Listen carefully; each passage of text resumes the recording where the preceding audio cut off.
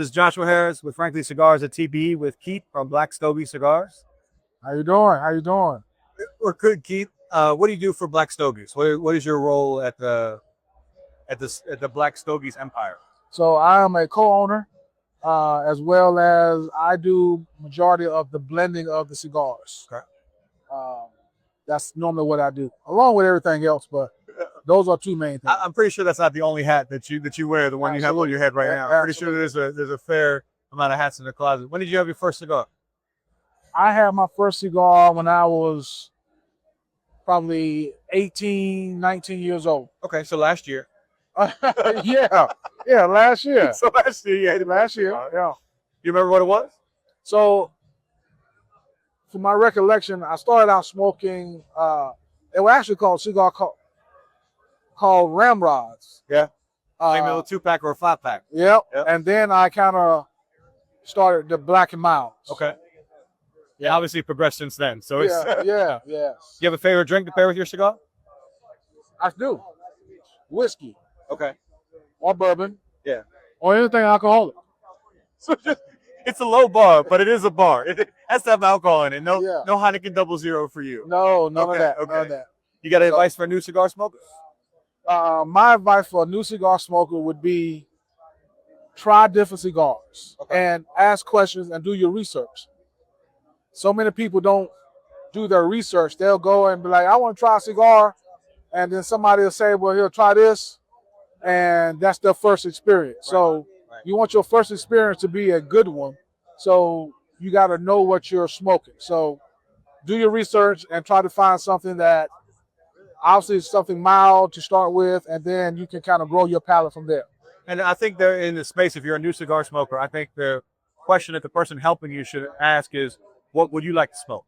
It should just be an immediate suggestion where Absolutely. I'm just going to put this in your hand and then you go ahead and put it in your mouth and we'll go from there. It should be There should be a questioning period prior to doing that. And we always do that. We always ask, they say, well, tell me about cigars. We'll tell you about our cigars. Then they'll say, well, then we'll say, well, what's your palate like? What do you like to smoke? Right? How much do you smoke? And then we'll go from there. What's the biggest unwritten cigar rule violation that you dislike? The biggest cigar rule violation.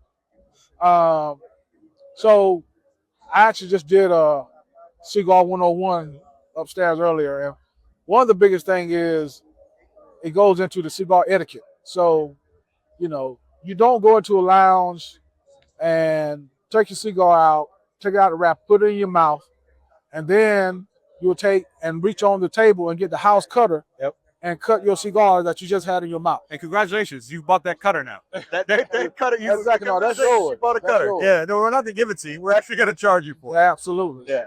The etiquette is interesting because I think that cigar people think that people know all the rules, like when they first get in. Yeah. And we get kind of like, not offended, but like a little warm when people violate a rule. Like when you mash it out in an ashtray. Yeah. It's kind of like, bro, you know how many hands went in? And you know from having the blending process and being down on the farm that you know how much goes into making the cigar. Absolutely. And I feel like after you experience that process, you treat them kind of like a little more gently. Like you're like, not slamming them back in the box or anything like that. That's right. That's right. What's the moment you felt like a real cigar smoker? Your partner talked about when it was the brand was finally in his hand, that was the moment. I was about to say the same thing. Yeah. When we received our first sealed box of cigars from our factory, right? That was when we looked at this and we looked at the boxes and we said, man, there was a long road to get here. We finally got here. We used to have cardboard boxes and all kind of stuff that we was trying to figure it out. And so when we finally got that first box, we were like, man, now this is what we've been trying to get to. Yeah. Yeah. And the fact that somebody from North Carolina, somebody from South Carolina could agree on something is pretty, picture pretty that. impressive. Picture that. Exactly. At least it wasn't barbecue. It would be a whole fight about that. Yeah, we can't agree on that. What was the last cigar that surprised you? So the last cigar that surprised me was our number 5 limited edition with Black Stogies. And the reason being is we actually went to Nicaragua to finish blending that particular stick. So we was able to go over to Esteli, and we went to the fields, and we actually went to the processing plant. Yeah. And I was able to try about 5 different blends that was rough rolled, just to kind of get what flavors and notes. So and when it was completed, and we got it, in our hands, and I smoked one, I was like, man, it was a 5-year blend. Wow. 5-year aged tobacco, and it was outstanding. Cool. What was your favorite cigar ever? So my favorite Is it still the cigar Ramrod? ever Is it still the Ramrod? is not the Ramrod. Sorry, Ramrod. They were good though. It was after what we needed you Yeah. to be. Like, So my favorite cigar ever is kind of difficult because I smoke a lot of different cigars. My partner, he always talks to me about, when I'm smoking a different cigar, he's like, man, get you a Black Stogie. And I'm like, well, I can't smoke all my product up. right. So it's kind of hard to say a particular one. But I will say that the Black Knight for Black Stogies still is my favorite. Okay. Till this day. Okay. Is there accessory you can't live without? I can't live without my V-cut. Really? So you're a V-cut guy? I'm a V-cut guy. I love my V-cut. I very seldom I do a punch.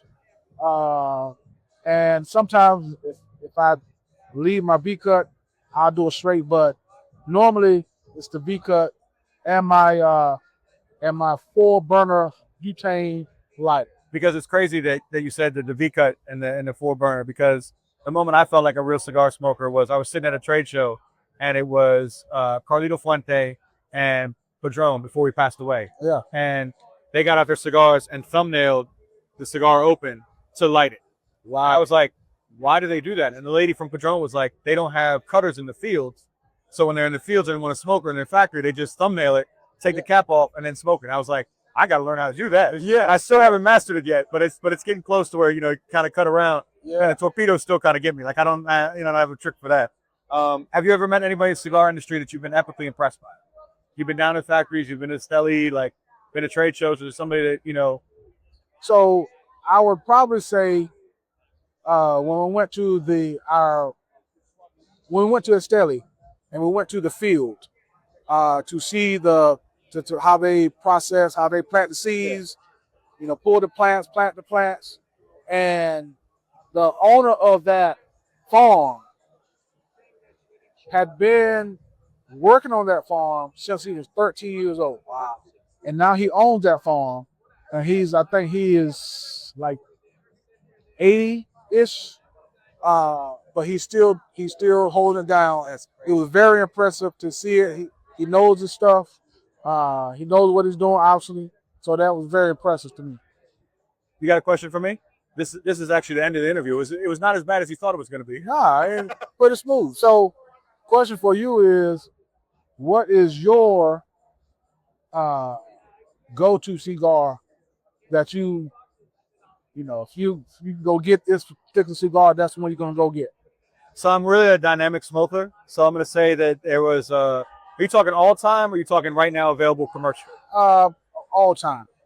So there's a couple Avos that you can't get anymore. They're like the Avo 22, and it was just this little tiny Perfecto that came in a Cedar 2, and they didn't have a band on or anything else, and they were just called the 22. Yeah. And those cigars were incredible. Okay. I love a Padron. I love a bunch of stuff that they're doing at Foundation, and stuff that Ricky's doing at West Tampa. They have a little tiny crab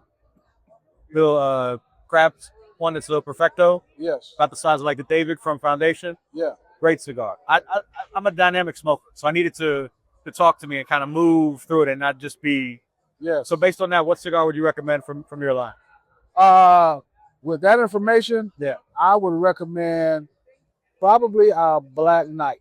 Okay. Because it sounds like you like some pretty bold flavors and notes, and I think the Black Knight gives you that flavor and those notes that you would enjoy. All right, well, we're going to do that, and so that means we can't do this anymore. So this has been Joshua Harris with Franklin Cigars with Keith from Black Stogies.